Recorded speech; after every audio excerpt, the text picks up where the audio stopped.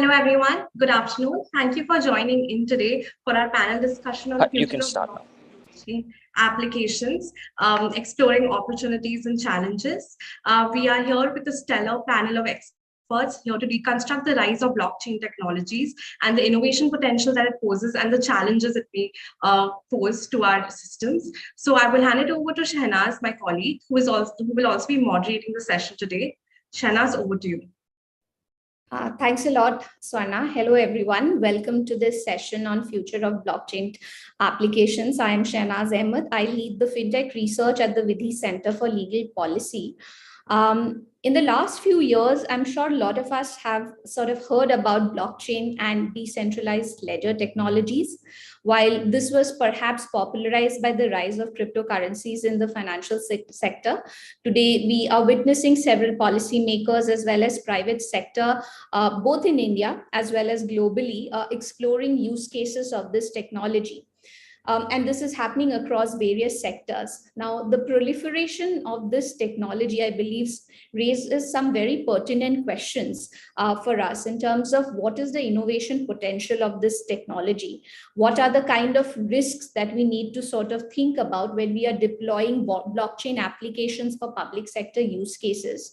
And also, are existing policy and legal rules enough to sort of accommodate this kind of developments? Now, to sort of deconstruct these issues and help us perhaps understand the use of this technology across various sectors, we have with us a stellar panel of experts here who are either working or studying this technology from a policy, legal, as well as a technical perspective. We have with us Mr. Harsha Bhaumik, who's the Director, Digital Economy and FinTech, Department of Economic Affairs, Ministry of Finance, Government of India. We have with us Professor Kelvin F.K. Law, Professor, Faculty of Law, National University of Singapore. We have Mr. Purushottam Kaushik, Head of the Center for the Fourth Industrial Revolution Network, India, World Economic Forum. We also have Dr. Vinay Ribeiro, Associate Professor of Computer Science, Indian Institute of Technology, Bombay. And Mr. Jamie Berryhill, Public Sector Innovation Lead Organization for Economic Cooperation and Development, will also be joining us for this session. So thank you, gentlemen, for joining us today. Now, before I start with the panel discussion, I'd also like to inform everyone that today Vidhi will also be releasing its work on designing a governance framework for blockchain applications. So what I'll request is my colleague Swarna to perhaps quickly take us through some of the findings and recommendations of our work, which I believe will also be useful to set the context for today's discussion. Over to you, Swarna.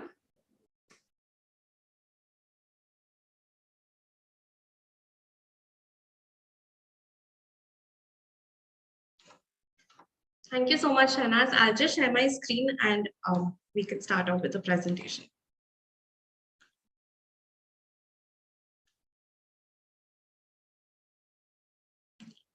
Hi, everybody. So our paper started off with exploring the various blockchain application use cases that governments throughout the world are looking at. We have seen that the blockchain agenda is also onto our Indian policymakers' radar, with us releasing a national strategy on blockchain and exploring use cases across sector, such as for land registration, trade financing, and education sector.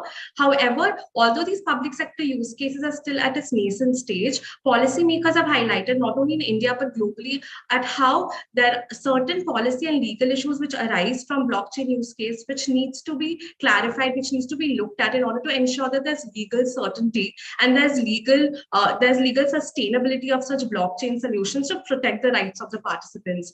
On this basis, our working paper looks at certain key legal issues that emanate from blockchain use and adoption and recommends a minimum standards of a governance framework which can guide such blockchain adoption so that it is implemented in a legally sustainable environment. Our paper is driven by these three concepts. First, starting with the distributed ledger technology, or DLT, which is a unique way of organizing information on a ledger where participants can validate such information without the need of a centralized authority.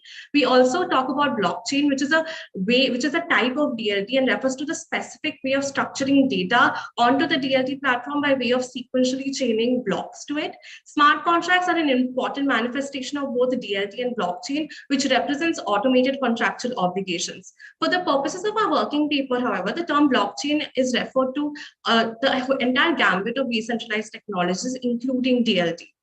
Uh, Understanding the various use cases of blockchain, we also need to highlight the different types of blockchain, which can be differentiated across two axes. First, who can make changes to the ledger, which can be again permissionless or permissioned. Second, who can access the ledger, on which there can be public or private blockchains. So on one end, we have maybe a public permissionless blockchain like the Bitcoin, wherein anybody can join the network and anybody can access the ledger. Whereas on the other hand, we have a private permission blockchain where there are tight control exercised over who can implement and who can access the ledger itself.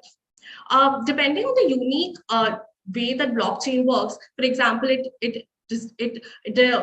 if facilitates disintermediation, it increases transparency, and it also provides an immutable proof of data. We have seen blockchain being utilized across sectors, as we can see here, in real estate, banking, or public registries. Coming to the key legal issues, the first sort of key legal issue that our paper talks about is data protection laws. Data protection is of utmost importance when it comes to blockchain, since it utilizes a huge amount of data, including personal data of participants. Most data protection laws as of today are centered around identifying a centralized authority or a centralized entity, such as a data controller or a data processor. However, in a decentralized technology such as blockchain, identifying such a centralized entity becomes challenging. Further, recognizing privacy principles such as right to forget, data accuracy, or even privacy by design becomes difficult to implement in the face of immutability or decentralization of a blockchain technology. Smart contracts also raise with it certain key issues, such as, for example, it is not feasible to employ commercial flexibility in a smart contract setting, implementing principles such as doctrine of substantial performance or making obligations subject to good faith or best efforts also become difficult to exercise in a smart contract. The transnational reach of blockchain also raises questions as to its jurisdiction, whether what kind of applicable law will it follow, and which is the forum that disputes will be adjudicated upon. Depending on whether the blockchain is permissioned or permissionless, we also have questions regarding the structure and governance of a blockchain framework. So, for example, what will be the legal structure of the network? What will be the rights and liabilities of the participants? What will be the accountability measures that will be taken? And what is the IP rights associated with the blockchain? So based on how blockchain works and based on our analysis of the legal issues, we have sought to recommend a sort of minimum standard governance framework which should guide any sort of blockchain use. As of now, most blockchain networks are governed through contractual arrangements, but that is not sustainable, especially in a public sector use case setting. So what we recommend is a government policy, although not a law, but a government policy which can guide such blockchain use and adoption.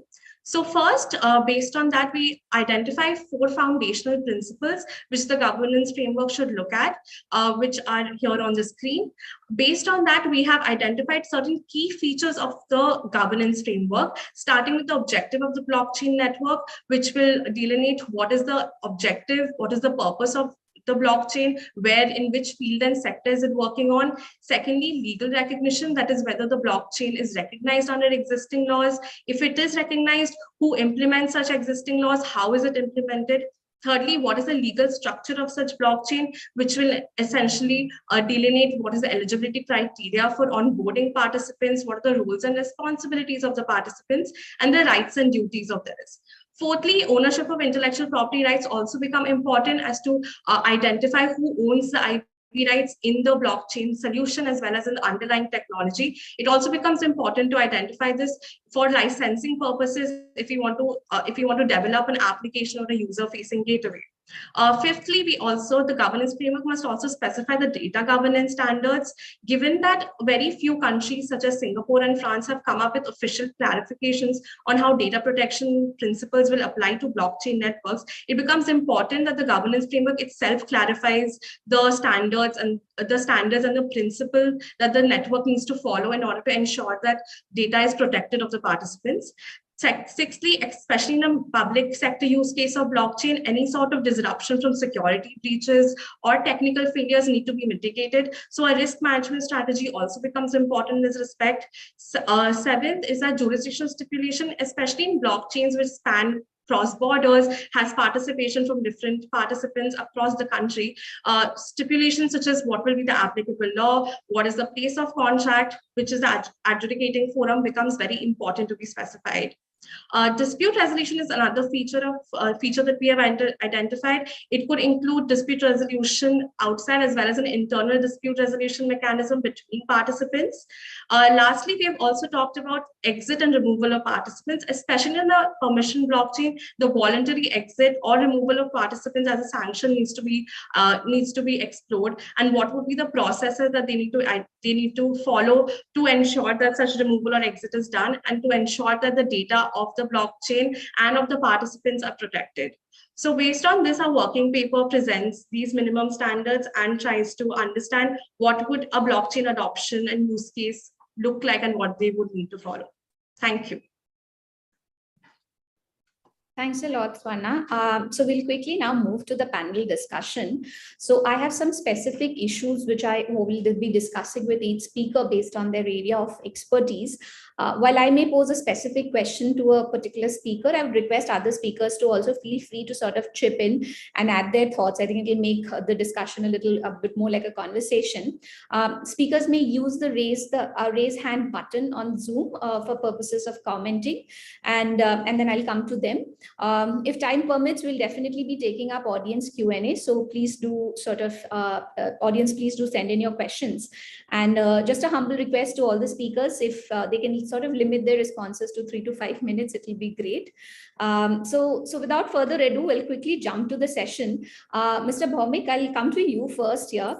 I think Swarna and I have sort of been talking about how various policymakers have talked about blockchain use cases. We are witnessing different sort of proof of concepts being sort of tested in different countries for blockchain use cases across various sectors.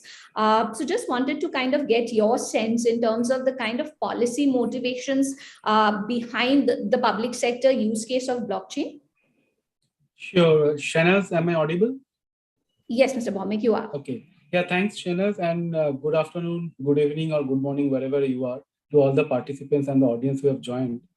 Thanks for giving me this opportunity to share my views on this good emerging technology. But just before I start, wanted to share state the view that the views I will be expressing is entirely my personal, so should not be corroborated to any of the ministry or the government. So saying that, I think the question which you have asked is very pertinent, Shanaz, like what are the policy motivation for exploring blockchain in public sector? I will try to cover that in 3 to 4 parts or section. First, I will try to check, like I think you have already presented some figures, but on the type of the global figures on what is the market potential the blockchain is having, right? And based on that, why it is motivating for the policymakers. Secondly, so there are some of key features of blockchain which will be of very relevance for any of the policy makers around the globe. Then I think I will try to see how the supply side and the demand side is working out for this technology. And then we will end it with few of the use cases and what the government is doing. So saying that, I think from the latest figures which you have understood from 2018, the total global emerging market technology stand around USD 350 billion. Out of that, blockchain has a very limited share, around only 700 million, which is around 0.7 billion. But what has happened is, like after 2018, it has shown quite an uptick and exponential growth.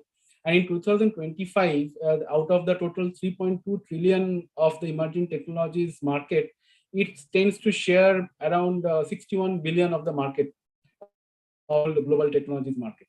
So tapping into this economic potential obviously is of interest for any policymakers, be it in India or anywhere else.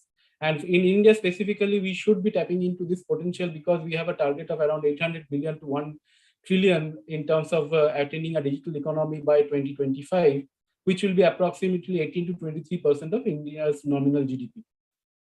So saying that, if you see the export and the import data, like high technology exports stands around 10.3% of the total manufactured exports, whereas ICT goods exports stands only at 2%. Right? When I say ICT, is information, communication, and technology goods exports, right? So adoption of these digital technologies like blockchain will obviously improve India's trade competitiveness. This will not only improve the economies of scale, but it also improves the scope and the span of the trade.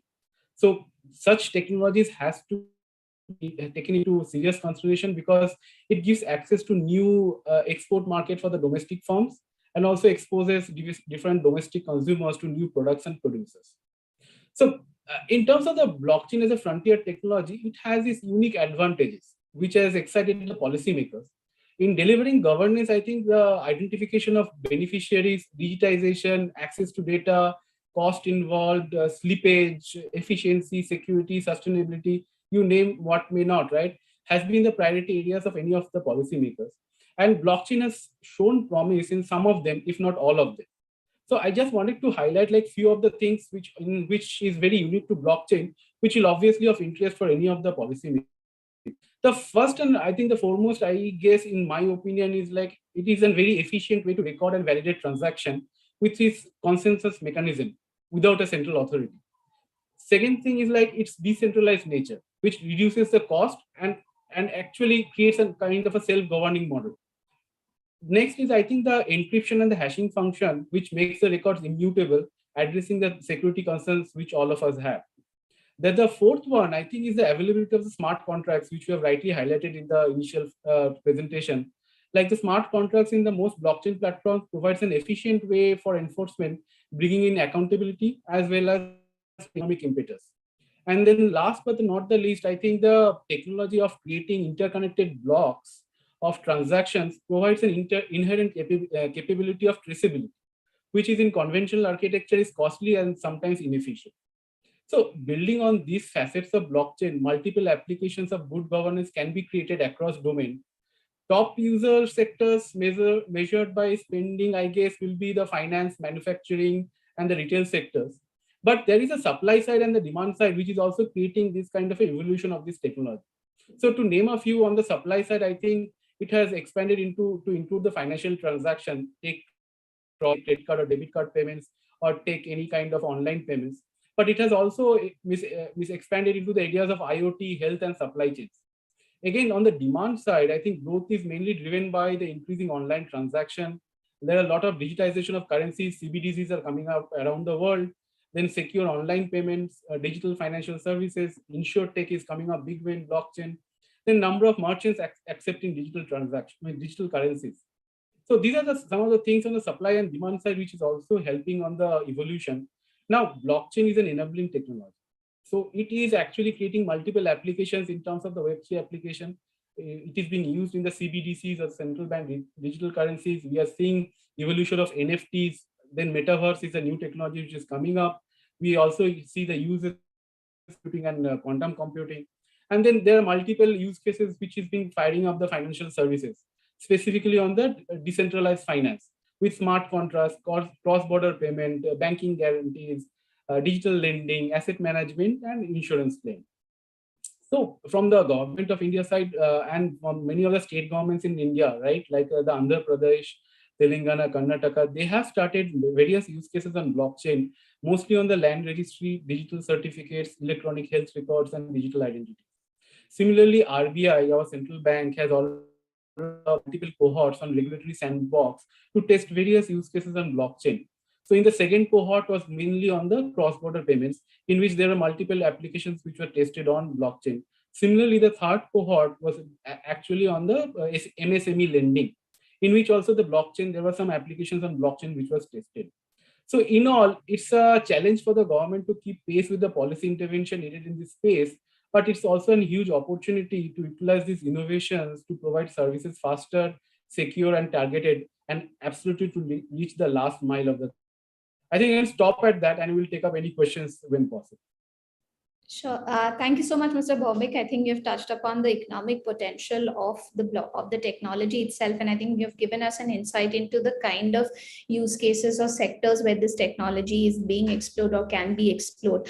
Jamie, I'd come to you here now. I mean, you have done like a lot of work in terms of tracking use cases of blockchain by various governments, and your work has actually been very helpful for us in this regard.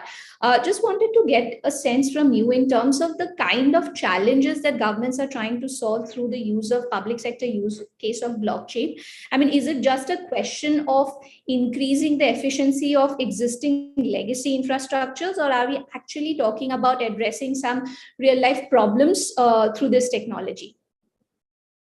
Sure, and thank you. And so, I think that at the end of the day, your specific question is what problems are governments trying to use blockchain for, and what are the kind of use cases or potential.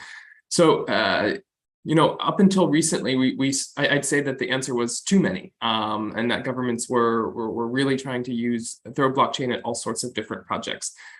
We really try to encourage governments to consider blockchain to be, one tool in their toolbox of many different types of technologies that they could consider to address these public challenges and needs of their citizens. So at the base level, we think that in general, most civil servants, or at least those involved in technology and service delivery, should have an increased baseline understanding and technical awareness of blockchain and its technical underpinnings, as well as the ethical approaches and considerations to blockchain. Because this technology will continue to evolve, and it will be continued, and there will always be vendors coming to government trying to sell them things, trying to talk to them about what blockchain can do. So we think that governments really should have a base level understanding of what the technology is and can be, to make really informed decisions about what the technology is and what the technology isn't and what it can be. But at the end of the day, I think that government is just trying to achieve its mission and deliver services to the public in as effective and efficient and accountable way as possible. And blockchain really does lend itself to some of these characteristics. We've seen that the most successful blockchain projects that governments have tried, and I think we'll talk a little bit more about what makes for successful or not successful projects in the next question, if I recall.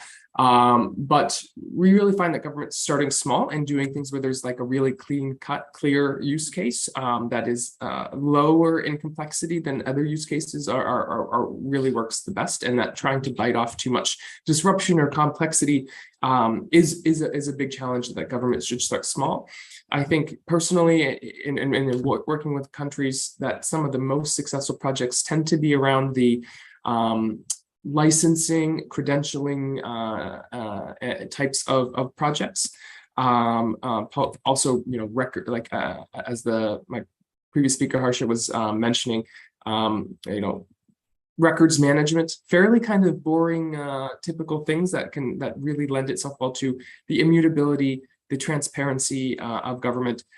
So like I mentioned, credentials, I think land title registry is another really big, interesting thing that lends itself very well. Though that one's an interesting use case in that it's also one that is a very clear-cut match, I think, for blockchain, but has tremendous vested interests in the way things are already being done. That makes it very challenging. I'd say on the more complicated end is the identity piece, and especially when seeking some sort of like a self-sovereign identity. It is one of the most complex potential use cases that governments try to bite on and then work through. In terms of challenges, is really understanding the technology, but also really understanding the problems. We find that governments who are doing well, and governments are moving more and more towards this, but the governments who are doing the best spend more time understanding their problems and trying to understand what their people need, what their civil servants need, what problems they have, and whether or not blockchain can be a contributor to that in part or in whole, and then moving forward with the technology. Whereas a couple of years ago, we saw more governments sitting around a table saying, we want to use blockchain, but we don't know what for. We're getting to the problem orientation, which is, I think, where we really need to be. Sure. Thanks a lot, Jamie. I think Jamie kind of highlighted the need for understanding the technical underpinnings of the technology. So I'll perhaps bring the technical expert here, Vinay, perhaps help us to sort of deconstruct this technology. I mean, a lot of us sort of have heard about this technology, but a lot of us still sort of struggle to understand what are some of these key characteristics or features of this technology that seems to have fascinated the private sector as well as the policy sector in terms of improving legacy infrastructures using this technology. So perhaps if you can sort of help us navigate through that, that would be great. Yeah, so this term blockchain is used in a very broad sense typically, but let me explain a little bit what it is. So first of all, a blockchain is like a linked list of blocks. You can just think of a train of blocks. And so essentially you can have some sort of information in each block. It could be a set of transactions, for example, like A paying B so much Bitcoin, for example, right? So each block has a number of these transactions, and you can add an extra block every so often to the end of the chain, right? And these blocks are connected by something called a hash pointer, which makes it tamper proof, right? So it's really a ledger which you can add information to, and it's tamper proof. Nobody can change anything in it, right? So that's the basic structure of a blockchain. But if we want to look at it at a higher level, we need to look at the different layers in this blockchain technology. So at the lowest layer, you have a network layer, a set of people who are connecting together and who maintain this blockchain.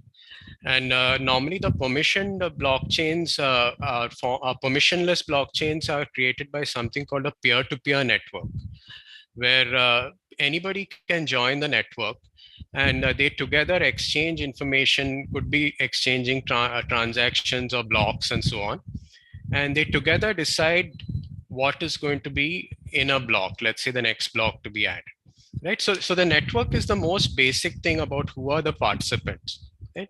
So the second level is what's called the consensus layer, and that has to do with which protocols are used in order to decide which block goes next into the blockchain, right? And so there are lots of legacy applications in the computer science industry, things like Byzantine fault tolerance protocols, which could be used at this consensus layer. But also the newer ones, for example, what is used by Bitcoin, which is called proof of work, or these newer ideas of proof of stake, which are used by Algorand, and even the newer version of Ethereum uses proof of stake. So those could also be used to form consensus. And consensus means that everybody agrees to what is going to be there next in the blockchain, right? So that is the next layer. And the third layer on top of this is the application layer or the smart contract layer. So you can decide on what is going to be there in the next block, but really what code is there in the block and what transactions do people put which get into the block. So that corresponds to the smart contract layer. And essentially any computer code, any sort of program logic can be put in this smart contract. So for example, I can have an auction. I can auction my house in theory, or auction anything on a blockchain. Or I could have anything else. I could have a payment system. For example, somebody creates music and he wants to pay, he wants to sell it on the blockchain and he wants to get the profits and maybe give a percentage to some of the other music artists. He could create a smart contract for that. If I want to, let's say if somebody wants to have his will on a blockchain, that could be done, and the logic about who gets which of his property when he expires, that could also be on a smart contract. So this is the third layer. So broadly, I would put it as the network layer, the consensus layer, and the smart contract layer.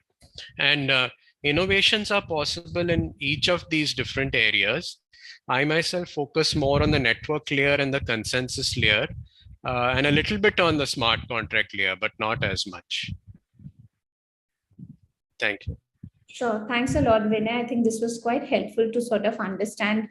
I think someone did have a question in terms of how smart contracts work along with blockchain. So I think thank you for answering that. So I think a lot of the speakers have touched upon why the technology, what are some of the features of this technology, which sort of has raised issues about its innovation potential, why governments are looking into it, some kind of use cases. Mr. Kaushik, I'll come to you here. In terms of, of course, we are looking at various sectors where blockchain is being used. But I think in terms of your experience, what do you think are some of the critical sectors where perhaps blockchain use cases may actually have a great impact, especially for a country like India? Thank you, Shahnaz. I think very helpful. And thanks for getting invited to this great panel as well. So good to hear about various use cases even from the speakers. Now, I would talk through some of the experiences that we've had, some in some state governments and also with the central government, which Harsha also referred to. We have been working with Meghalaya state, where 32,000 turmeric growing farmers in East Khasi Hills. They grow world's best turmeric, but somehow they lose the whole value to the traders because this turmeric gets mixed up with a lot of other varieties of turmeric before it reaches the final consumer like us, which would mean that farmers don't really get true value out of it. And that's been a big challenge for those farmers. Similarly, the challenges have been on another scenario where we have been working on a cancer case where one of the districts have been struggling for scenarios where like this, almost like a cancer capital of the country where they have not been able to get hold of the health records and other challenges, medicine not in the right, like maybe sometimes fake medicines. So the use cases are tremendous, and I think we have seen applications of it emerging across, whether it is going to be manufacturing, supply chains, whether it is going to be financial. Like another scenario we were having, and this is one of the big problems that we have had, is that small holding farmers, which are like some of the biggest community in terms of they are not able to access organized finance because of the credit history not getting available. What do they buy? Where do they sell? Nothing of this record really becomes available, most of it being in cash and stuff.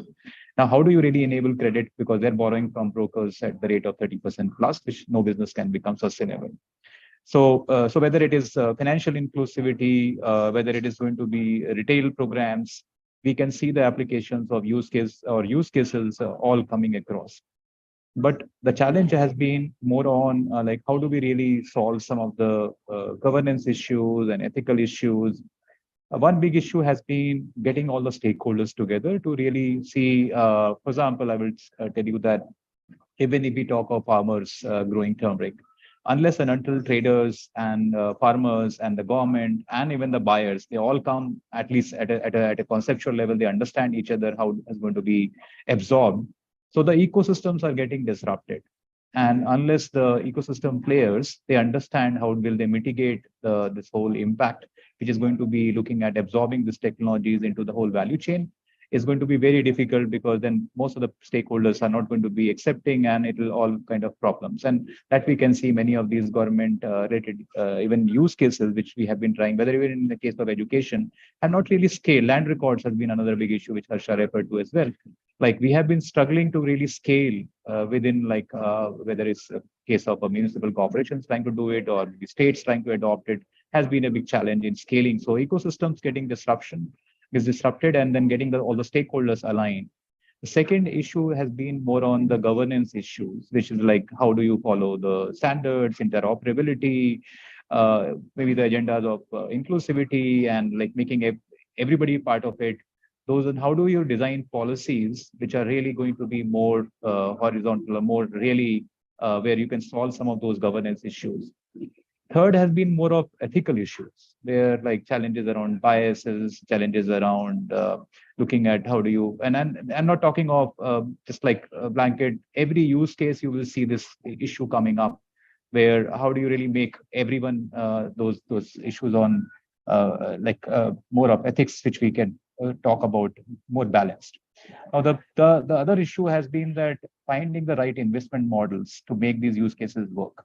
Now, simple use cases like we were looking at in Telangana, where almost like 115 odd crores have been saved just by those gunny bags which are used, the grain bags which are used, and that there is so much leakage in the system that even if you use blockchain to cover that up, you will save 115 crores in one state, which is not like the biggest state of the country as well. So how do you bring investments into the play, which are really balancing the use cases? Now, all these challenges which we see, whether it's a governance or whether it is ethical issues or whether it is going to be the ecosystem disruption, the impact is much bigger. It is not just like looking at financial side of things. It is the impact is social, impact is even political, impact is even environment in the scenario. Like you can save so much, like we're talking about metaverse, which is an actually application of a combination of AR, VR and blockchain. So how it could have saved quite a bit of it. We're talking about, say, additive manufacturing, where you see even like IP design coming in from some other country while the printing may happen in some other country. So how do you really manage IPs in that ecosystem and then really leverage blockchain to the best? So it's going to be, the impact is going to be much more holistic, whether it's environment, political, economic, social, unless you look at this whole aspect of it and get all the right stakeholders together on the table, and then look at these aspects on terms of more in terms of adoption, more in terms of acceptance and scaling, it will be like basically scratching on the surface and not able to realize the true value of the technology which can offer. So I would say that's something which I want to say. A lot of noise in the background, but sorry for this, but then I hope I could convey. No, thanks. Thank you so much, Mr. Kaushik, for actually taking us through some of the, I think, live examples, as well as also touching upon some of the issues that, this technology or scaling up of this technology is sort of facing. I'm glad you touched upon it, because this brings me to Professor Kelvin here. We have talked about the innovation potential of this technology. We are witnessing governments sort of exploring this technology, most of which seems to be either at a pilot stage or a proof of concept stage. But when it comes to actually scaling up these technologies, I think there is also a need to sort of keep in mind in terms of some of the policy and legal risks that may come. And based on our research, we do kind of realize that policymakers are aware of the fact that, because in most of their strategy papers or consultation papers, a common theme that seems to have been highlighted is how do we sort of account for some of the blockchain related governance or regulation issues. So perhaps if you can touch about some of the risks or some of the issues that needs to be considered when we are talking about scaling up blockchain applications for public sector use cases. Right. Thank you, Shahnaz, for inviting me for this webinar. I'm afraid, based on my research, I don't think the problem is one of scaling up. I think the problem is basically one of a misunderstanding. The technologists don't actually understand the legal positions, and the lawyers don't actually understand the technology. And we're actually talking at cross purposes. So when we talk about the blockchain as a secure, decentralized ledger, what we fail to realize is the word secure has a very limited role. So all it means it's immutable, right? So it means that you cannot make exposed changes. Any exposed changes will be easily discoverable. So this creates a fundamental problem, because immutable doesn't necessarily mean good. It's the traditional garbage in, garbage out, right? So it then becomes immutable garbage. So you see a lot of hacks. So if you look at ledgers, and I've been researching ledgers since before the blockchain was a thing. If you look at ledgers, whether it's land ledgers or bank ledgers, and you look at where the fraudsters target, right? They don't target the ledger itself. No half-decent fraudster goes after the ledger, right? They go after the end user, which is what you see in the crypto markets, right? You have all sorts of phishing attacks, hacks of smart contract codes. And at this point, then immutability, instead of being actually enhancing the security of the ecosystem, it actually hurts security. Because again, if you look at our traditional ledger systems, the way we respond to these sorts of frauds is we simply rectify the ledger, right? So what the technologists call censorship resistance is really better called change resistance, right? So change is neither good nor bad. It depends on the context. If I'm trying to prevent you from making a transfer, that's arguably censorship. But if what I'm trying to do is to correct a wrong entry, that is rectification. So immutability actually causes a lot more harm than it does any good. So if we look at land registries, for example, and let's leave the blockchain for the moment, there's a lot of obsession about this idea. We'll solve the ownership problem by having an authoritative land register, right? Lots and lots of people have, dreamed about this for centuries. That's never worked out, right? Because what you fail to understand is that an authoritative land register doesn't prevent fraud. What it does is it shifts loss. So for those of you who are legally trained, and in India is a common law system, the starting position for transfer of property is nemo dat quod non habet. You cannot transfer what you do not own. And so if there is a fraud, right, A steals B's property and sells it to C, and C is a bona fide purchaser, the loss lies with C, right? Because B cannot transfer A's property.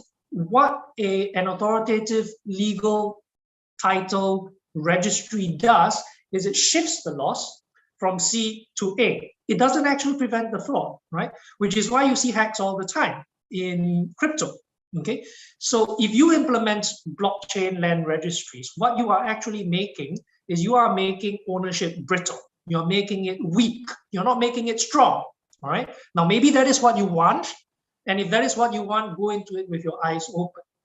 Now, let me say a little bit about smart contracts. So in the first place, smart contracts are not really contracts. They're simply code that make ledger alterations, right?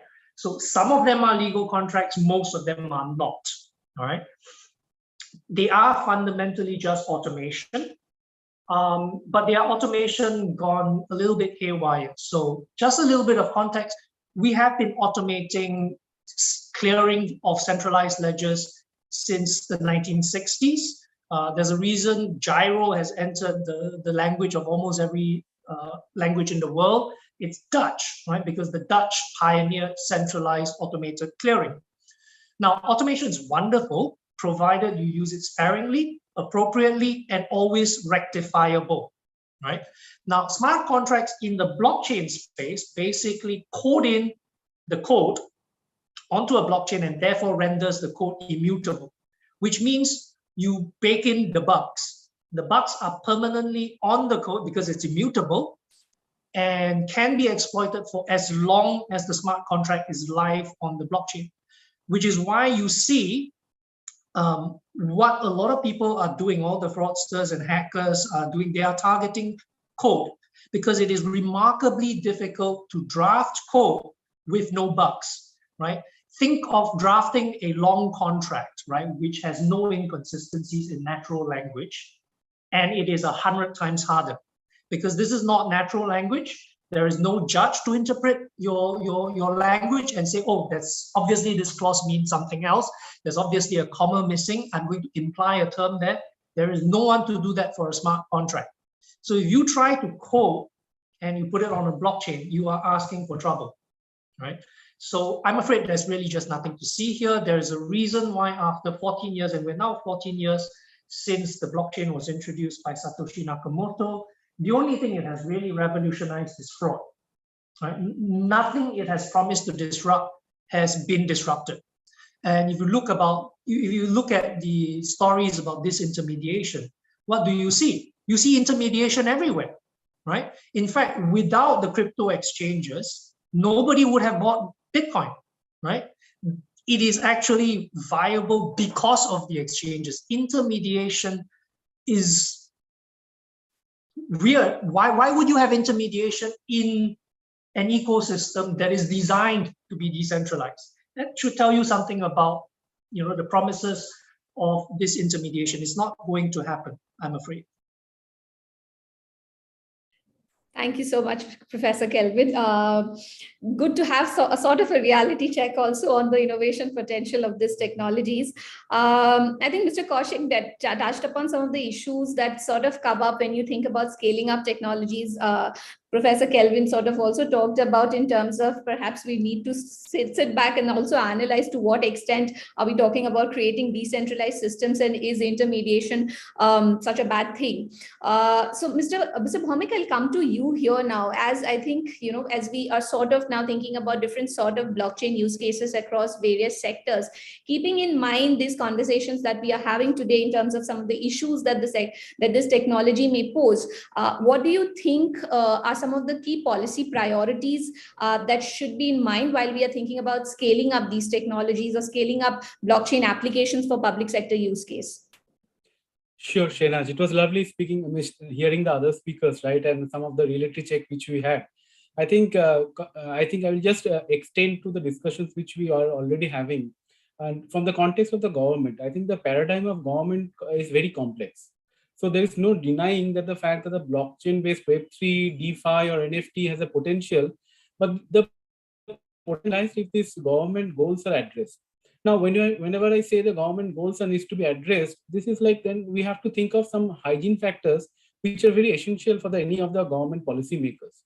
So some of the few hygiene factors I will try to mention, which will actually give us some kind of a mental model on the priorities on which this blockchain technologies should actually be trained or actually be addressed on. So some of the, firstly, from the Indian point of view, technology in India must be leveraged for financial inclusion. That is for granted. So whenever it is have a condition of off-chain and on-chain integration. So if off-chain and on, so we have to any platform whenever we look for a blockchain-based DLT platform, we have to see whether there is a capability of off-chain capabilities. Second thing is like, we are a country of scale. So do blockchain platform have the required throughput or transactions per second, however you defined it, right, to match the demand of this scalability? Now, DLT, the basic architecture of DLT is like, as everyone has mentioned, as a method of consensus based off validating the transaction. So which is differing from is a layer over and above the conventional architecture of how a central authority or a DBA was actually authorizing a transaction. So obviously, because there is an additional layer, the throughput of the system will always be a little bit lower than the conventional architecture. So based on that, I am pretty sure the technology will evolve and we'll get the required throughput. But currently, we have to look into the fact whether we can scale up on the desired outcome of our country's priorities. Next, I think the most important thing is on the data privacy and cyber security for each of the platforms. So we have, I think, in the initiation of this session, we have talked about permissionless public, permissionless private, permission private blockchain. But do they sufficiently address the data privacy concern? To give you an example, I will say, I don't remember the perfect article, but I think it might be 43A of IT Act. It has a provision of right to be forgotten in Indian IT Act. So, but in blockchain, is that possible? That question needs to be answered, right? Similarly, there are a lot of requirement of data privacy and localization requirement. Now, it's a distributed model. The challenge is like every node will have a copy of all the information. Then how will, so if a transboundary blockchain application or anywhere, right, in an interstate blockchain application, how this localization requirement will be addressed? So that should also be a priority. I think with the evolution of technologies like the quantum technologies coming in, the encryption and security feature of any blockchain platform also has to be tested through the quantum resistant algorithm. So we have to check on those aspects also. Now, next is, I think, on the creation of the appropriate legal and regulatory standards. So blockchain system and the validation of any of the transaction in the blockchain has two important aspects. One is like the digital signature, which is core part of the blockchain. But do you have a legal backing of what kind of digital signature is acceptable by the IT laws of the country? Second thing is the legal validity of the transaction, which in case of any on the blockchain, in case of dispute, have we brought in under our jurisprudence the legal validity of the transaction on blockchain? If yes or no, we have to take appropriate action, right? Similarly, another aspects in India, which is very important, I think someone else also has touched upon, is the interoperability. Now, are the blockchain platforms interoperable in between them? If not, then we have to have certain kind of standardization. That is also a policy priority. How you standardize the interoperability of different platforms so that they can talk between each other, and then we can get the outcome and the value-added services which we desire from these different platforms. Second thing is like the scalability and the cost of maintenance, which is a very, I think, important factor globally. Is the blockchain platform green enough? I think and proof of state, right, in which the blockchain consensus mechanism works. So is this also addressing the sustainability goals or the green goals which we as a country which we are laying it out? So I think that is also an important aspect. The last but not the least, which I am talking about, is like if you consider any of the DeFi or the decentralized finance application, the unique challenges is of the anonymity and the lack of centralized governance body.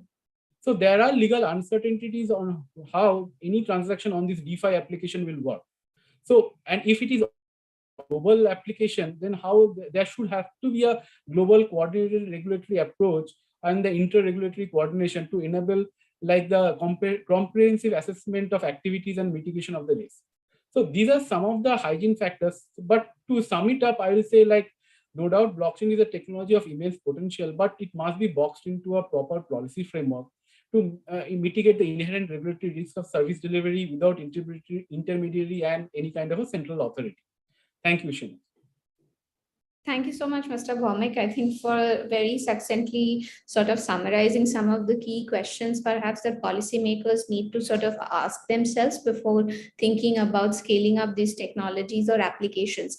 Mr. Kaushik, I'll come to you here. I also actually want to get your thoughts in terms of, because you did touch upon some of the issues that you're facing in terms of when it comes to scaling up this technology. So I just wanted to get your thoughts also in terms of some of the policy priorities that needs to be in place place for this kind of adopting this technology? Secondly, also, if there is a role for the private sector, I think we seem to have received a question also on this, in terms of if there's a role for the private sector in sort of thinking about public-private partnerships for the purposes of deploying such technologies.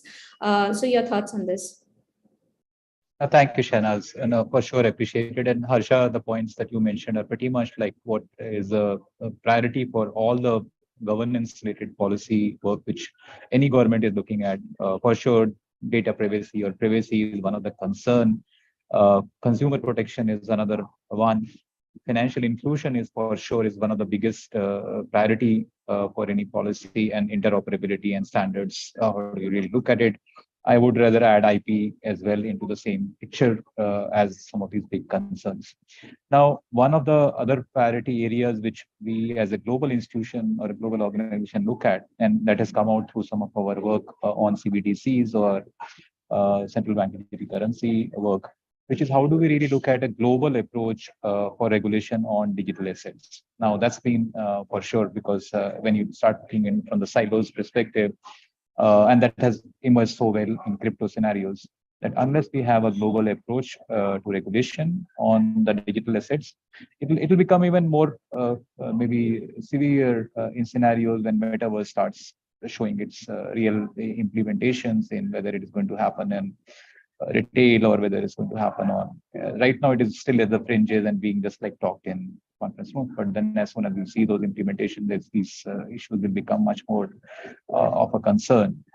The other big priorities for us has been sustainability.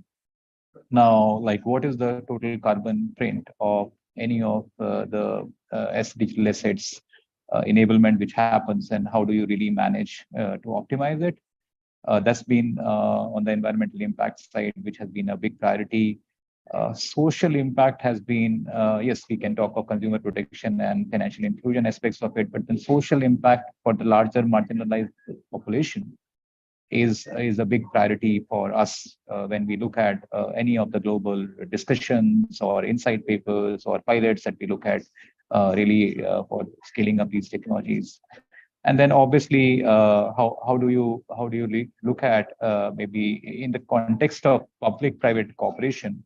That has been a big priority, because government, when we look at it, all the assets that we have, whether it is in terms of data ecosystems right now, like even if we look at agriculture or maybe look at healthcare, how do we enable data for the larger innovation unlocking, where industries and startups can start looking at it? And there have been quite a few scenarios where we have been able to work with the smart officers like Harsha, who possibly are thinking ahead that whether I have digital assets or whether I have physical assets or resources, which could be made to work with industry and startups to maybe deliver a larger impact. Maybe one simple scenario is this financial enablement for smallholding farmers, where government may have some huge programs of Kisan credit cards or agri infrastructure funds, but then it is pretty much in silo. Like we give subsidies in terms of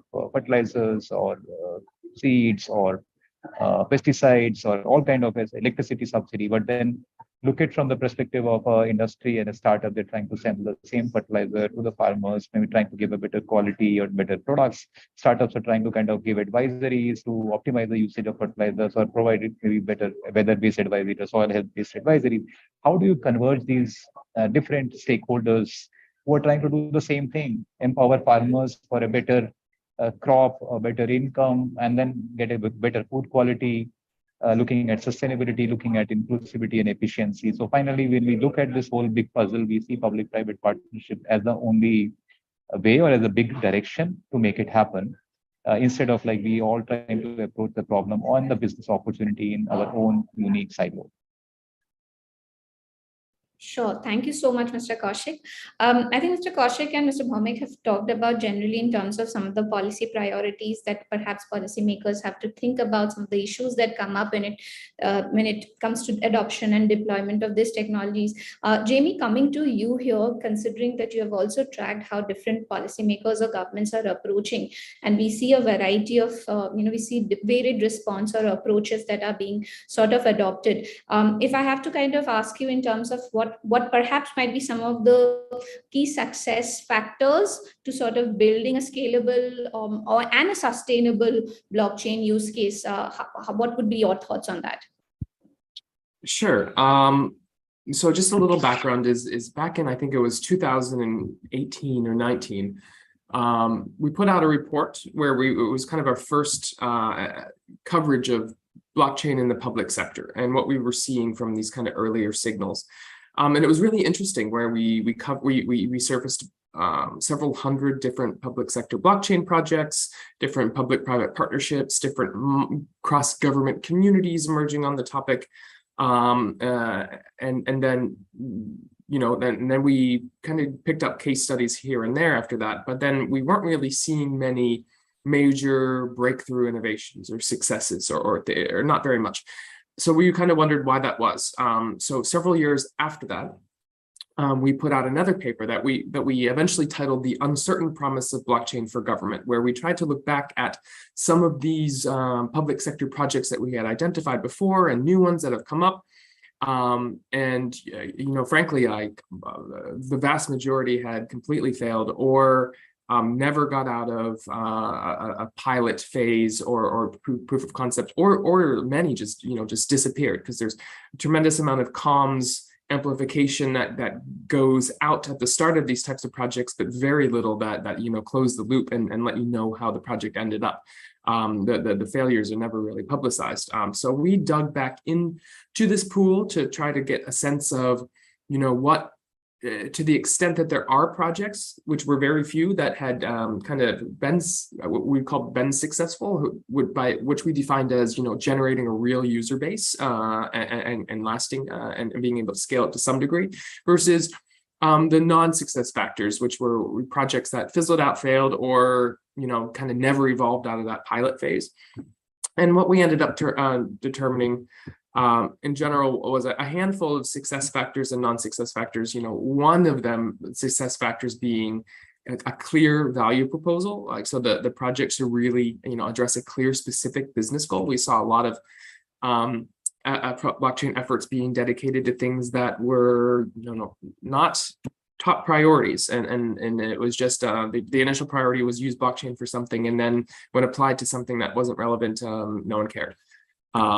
Another one would be appropriate technology, so that it should be a good match. We've kind of have this 3 V's framework that we like to use and explain. I think it was actually originally created for Deloitte for AI, but we've been applying it to things, and governments have been applying it, and I think it's really valuable. And thinking about blockchain or other emerging technologies, like at the base level of like a pyramid, is it viable? Can you actually use this technology to do what you are seeking to do? And then the second level of the pyramid going up is it valuable? Does this technology add some value that a different technology that's probably more proven and less expensive, oftentimes an Excel spreadsheet or a traditional database, does it add different level of value that something that a more proven technology does not? And then third, is it vital?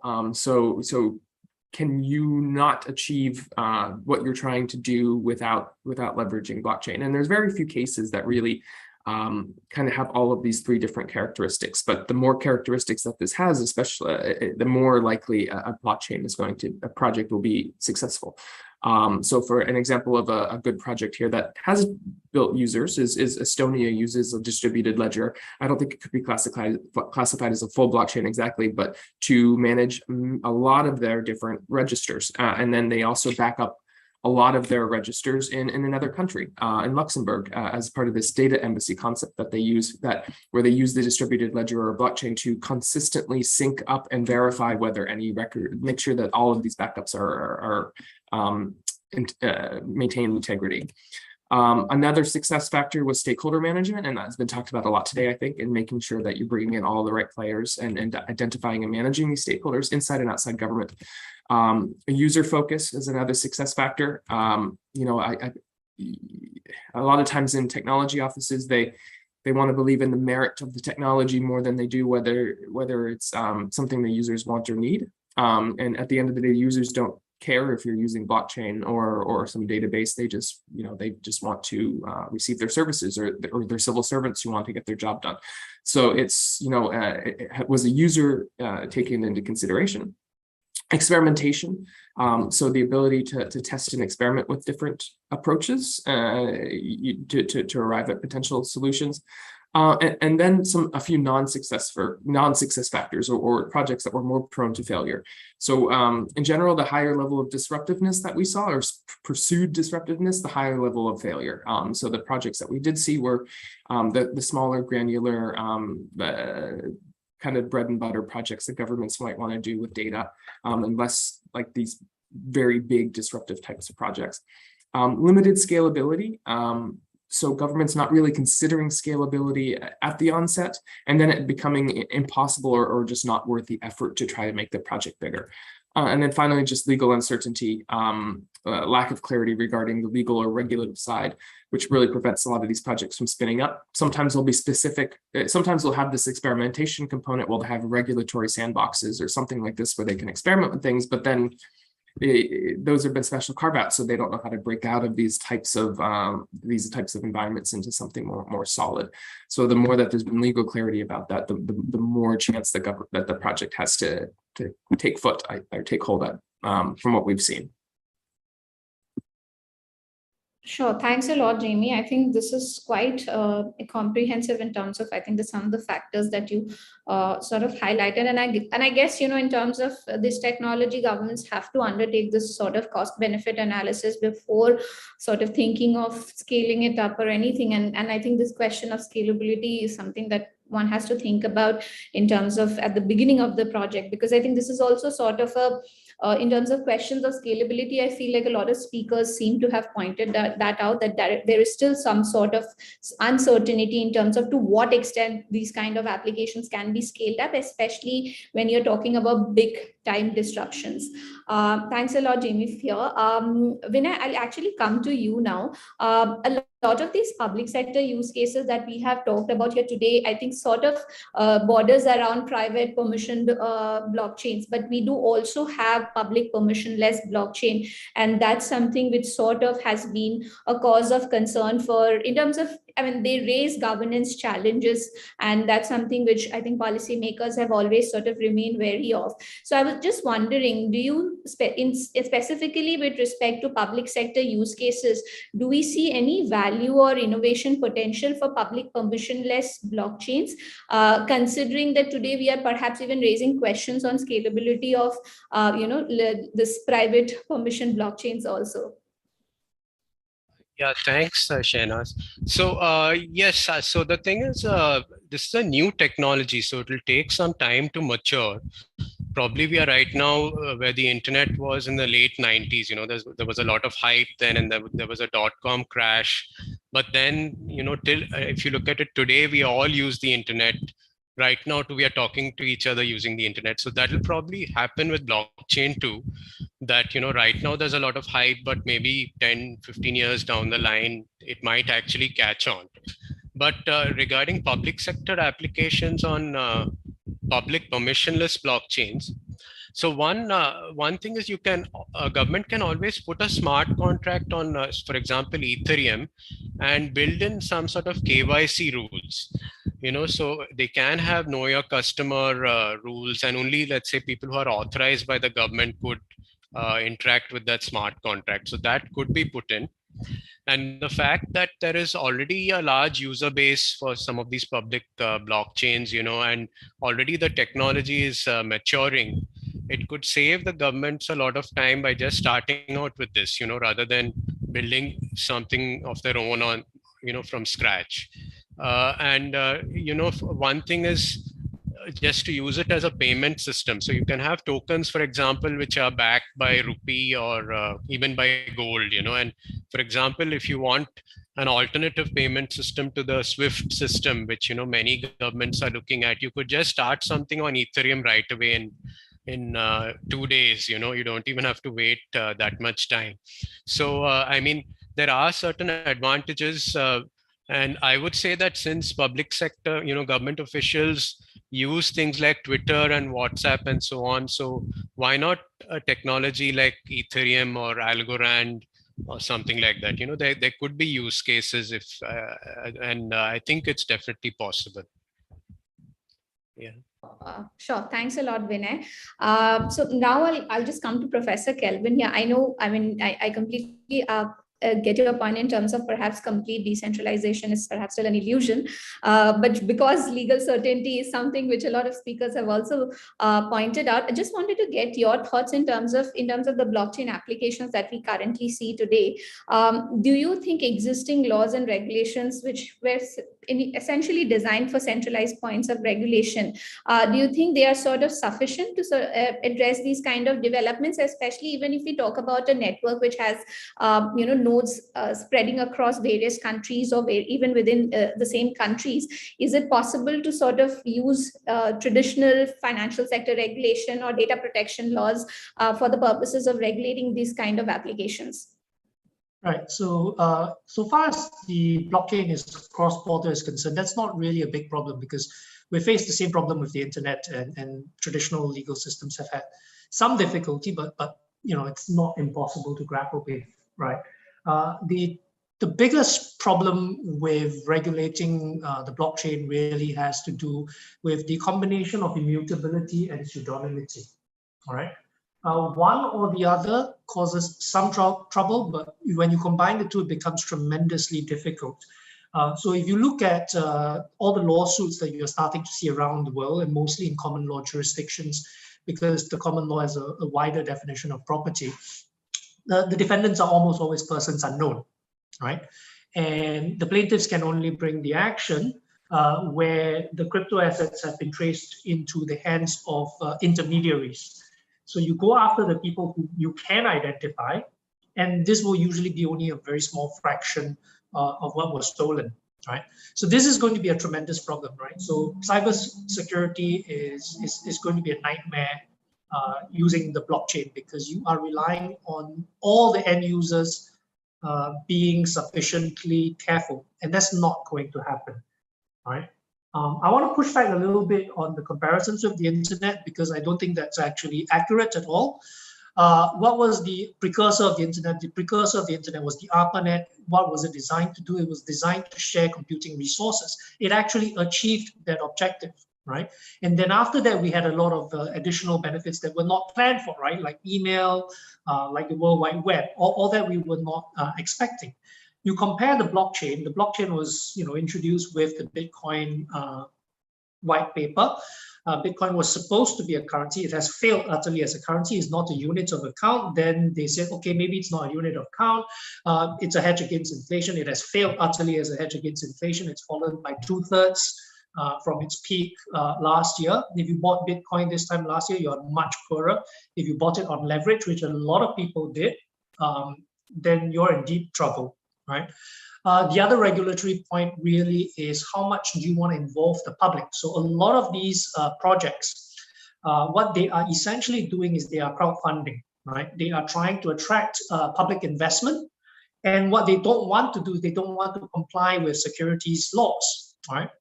Now, depending on the jurisdiction, and I'm not familiar with India, you have two kinds of securities regulations. You can have something like the US, where they have a Howey test, right, which is very broad and which can capture almost anything. And so I think it was 2 days ago, it was held that LBRY was a security, and it was an unregistered security, therefore criminal offense, right? Now, if you have that sort of system, practically every token out there, right, is a security.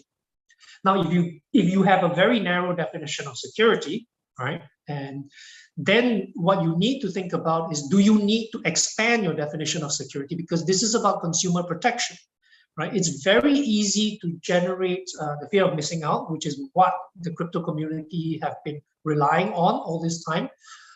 This is not like commodities, right? Which is what the crypto people like to say, crypto is commodity. It's not a commodity. Commodities like grain, oil, they have natural characteristics, right? You're not going to be able to, drink petroleum and live. and you're not going to be able to run a car on unprocessed grain, right? There are natural limits to what commodities can do, and they are not monopolized by any single issuer either. What you tend to see is all the problems that you have in securities, you find in token offerings, right? And they can collapse in the same way, right? They are what a computer scientist from Berkeley described as self-assembled Ponzi schemes, right? Why are they self-assembled Ponzi schemes? Because maybe the issuers are not dishonest. They maybe have the best of intentions, but the economic structure of what they call tokenomics is the buyer today gets in on the ground floor and the buyer tomorrow pays more. That is, by definition, what Ponzi schemes are made of. And it only works for as long as there are more people willing to pay more than the last entrants. At some point, you will run out of greater fools, right? So if you want to protect the public, you need to basically subject all token offerings to securities rules. Sure. Thanks a lot, Professor Kelvin, for kind of helping us navigate through some of these legal uncertainties and perhaps also providing a way out for regulating some aspects of this technology. Unfortunately, we are sort of running out of time. To the extent possible, I've tried to integrate the audience question into the questions for the panelists, but I'm afraid I will not be able to take up any more questions. Before we conclude, I think this has been a fascinating sort of discussion to understand the innovation potential of this sort of technology, to understand some of the issues, that real-time issues that people are actually facing when deploying this technology, and also perhaps some of the factors that policymakers or even the private sector needs to account for when we are thinking about scaling up as well as adopting this technology for a broader deployment. And at the same time, also perhaps we have had a reality check in terms of how we have to be careful in terms of when we are thinking about the different use cases. We have to think questions about scalability has to be thought about at the initial stage itself, and there are various factors that we have to sort of account for when we are deploying these technologies, and perhaps the cost benefit analysis becomes a very important factor or a tool for governments to sort of deploy these technologies. I would really like to thank all the panelists here for sharing their insights on this pertinent issue and for taking time and joining us. I would also like to thank the audience for joining us for this session. Hope you enjoyed it. Please, if you have any questions, please feel free to reach out to us at fintech@vidhilegalpolicy.in. If there are any specific questions for the panelists, we'll try to pass it on to them. But I'm really sorry for not being able to take up any more. Thank you everyone for joining us. Have a great day. Thank you so much. Thank you so much. Thanks, everyone. Thanks everyone. Bye-bye. Bye.